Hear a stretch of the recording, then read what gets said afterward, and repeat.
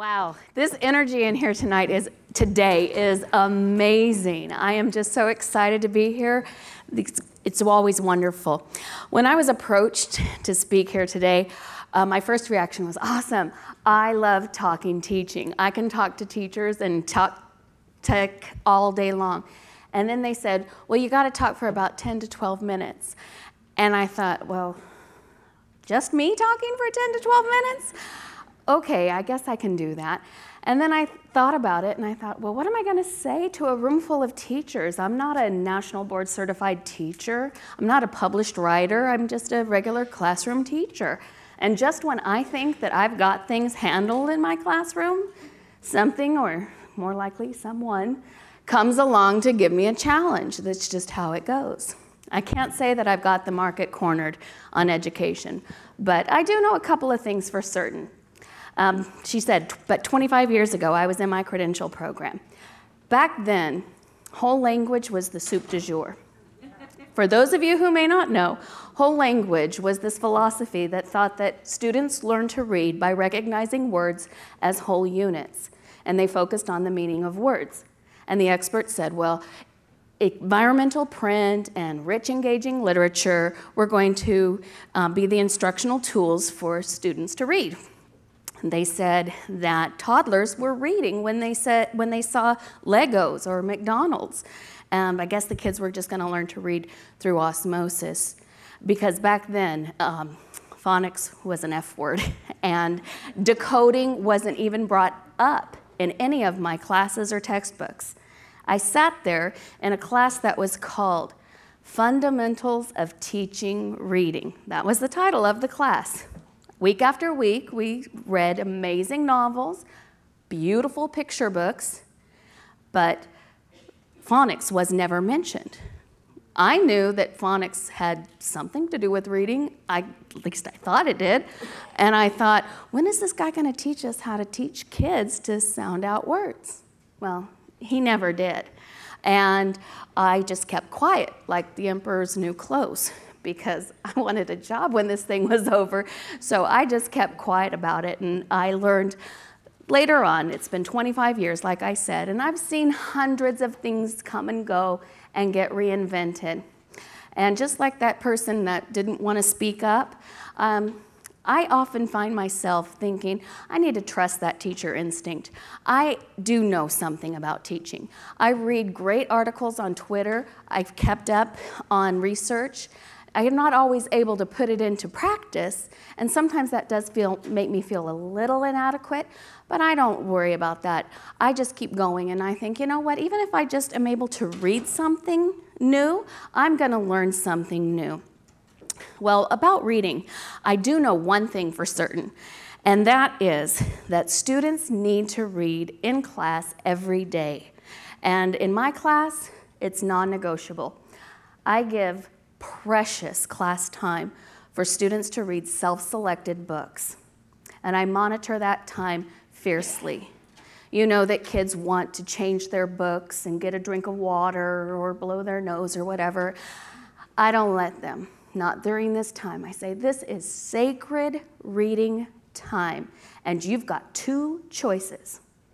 You can read, or you can pretend to read, and that's it. And, you know, of course, kids try to get out of it because kids are kids, and that's what they do. Some days it takes all I've got to make sure that these kids stay on track.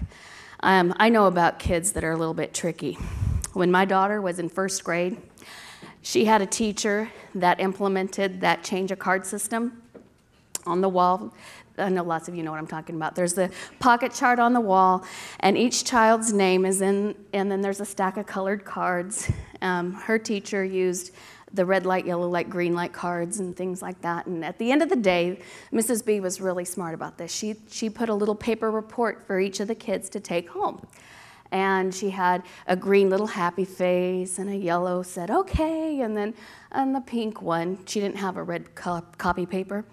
So she had pink, and it said, uh-oh, you know, better talk to your mom and dad or whatever. Well, my daughter, Grace, didn't take but a week for her to bring home a pink slip. And I said to her, honey, You know, this is not good. You know, you really need to work hard for your teacher. You need to do what she says and follow the directions at school. I don't want to see another pink slip come home, honey. Well, I didn't. Grace brought home, you guys get where I'm going with this. She brought home green and yellows for a while, and then she wouldn't bring home anything. And I'd ask her, I'd say, well, where's your slip? And she would say things like, Mrs. B was in a hurry, she had bus duty. And then she'd said, well, we had a substitute today. Okay. And then one day she said, the copier is broken. Okay, now listen, we all know this. We're laughing because we're teachers. We know the copier at schools always break down. We know about bus duty and being in a hurry to get out the door. And we know that substitutes don't always do what we ask them to do in our class. So we know this. But I'm asking you, how does a first grader know this? Any rate, so I tell her the doozy. If you don't bring home a card, I'm going to call your teacher. So all of a sudden, she started bringing home cards, and they were always green cards. And of course, I'm now proud of myself. I'm proud of her. I'm thinking, we did it. We are so good. We have mastered the first grade. Well, later, I found out she was trading her pink cards for green ones because a little girl in her class loved pink. So there are no shortcuts in classroom management, and there are no hacks, and it got me to thinking. I used that card system before, and I'd done the marbles in the jar, and the group points, and the Gotcha being good tickets, and the happy bucks, and I traded them up, and I changed them around, and I just did everything, but I don't do that anymore. I haven't done it in quite some time, and I'm glad I don't. I don't put down anybody who does do that still, but you know, I do think that there are better ways. I just have learned that, you know, good kids, they don't need the incentive to behave well, and the naughty kids like mine, they're gonna find a way around that system. Also, I no longer take recesses away from kids. Dr. Stuart Brown says that play is as important to humans as sleep. And I didn't need a doctor to tell me that kids need recess. I need recess. The wiggliest kids, we all know they need the most. Any rate, I don't have what it takes to go and police a kid to make sure that they spend 5 minutes on a bench while the other kids are playing. I feel like a warden, and I honestly don't think that it's an effective agent for change. It really, I just haven't found it. Here's what I found that does work. I teach kids, find out what's in it for you to behave and comply with the rules. What's in it for you? Also, when a kid is begging for attention, I give it to him. I find a suitable time, of course. But I figured, you know what, that's my job, is to give this kid some attention, because that's what they're obviously crying out for.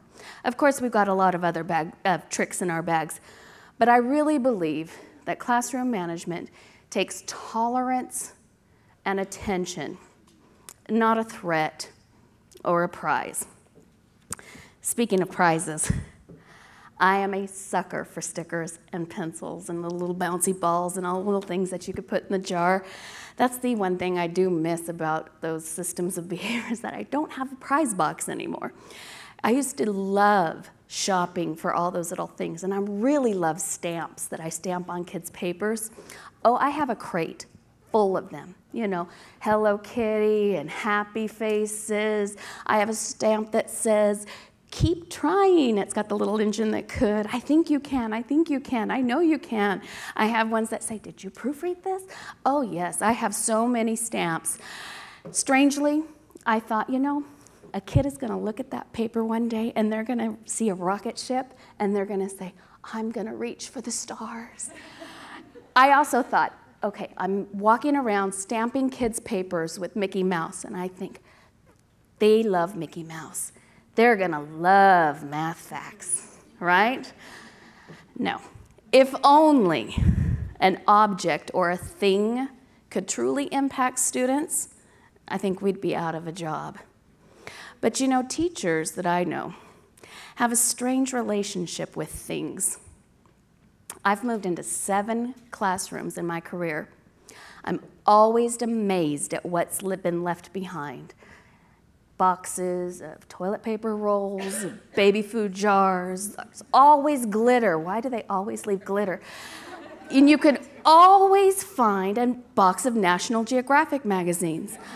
Everyone's laughing because you got one in your room right now. I know you do. I know I do. Oddly enough, there's always a shelf that's got binders, and all those binders have been carefully tabbed and noted, and they're all sitting there as if somebody thought that you could use them when you moved in. As soon as you look at that binder, you're thinking, I don't know what that note means. It doesn't mean anything to me because I didn't make that note. But at any rate, there's plenty of binders when you move into an empty classroom. Shelves, all full of whatever. I don't think that anybody could honestly throw it out, is what I really believe. I understand there's a carnal need that teachers need stuff. My motto used to be, hey, my name is Jimmy. I'll take all you gimme. I will go, forget Christmas. The greatest shopping center season is right now, the back to school. Oh, I can't wait to find out what I can get for a penny at Staples. You guys know that this is it. I have bought board games and books and flashcards for so many subjects and stages. I always think, this is going to be the year. I'm going to bring out all those things. I have high kids that I can challenge with this harder one, and I've got kids that might need this for some extra practice. But the truth is, once the school year gets rolling, I never have time to bring out that old stuff. I just have to keep on going. You know, it is physically difficult to throw away things. Just this year, I finally purged all my VHS tapes. Oh yeah, Bill Nye the Science Guy, Clifford the Big Red Dog. I had Magic Schoolhouse and Magic Tree House. The only thing I didn't have is a VCR to play all those tapes. I'm not kidding you. What I've learned is this. Stuff is not nearly as important as knowledge and skills. Stuff can't teach students. My knowledge and skills are not a result of my stuff. Oh, I still shop for things, and when a teacher opens up her door, if she's retiring and says, come and get all my stuff, oh, well, I'm there. But I just am a lot more selective about what I get nowadays. I'm also a lot more easily able to throw things out that I no longer need. I've reined in my inner hoarder. I've really learned to focus on that knowledge and skills and a lot less on the stickers and the stamps, no matter how cute they are. I focus on kids reading, not all of the fads of teaching. I focus on personal connections with kids, not a behavior scheme with prizes and threats and consequences. Today, I believe I am a happier and more effective teacher because I put less emphasis on stuff and more emphasis on students. Thank you.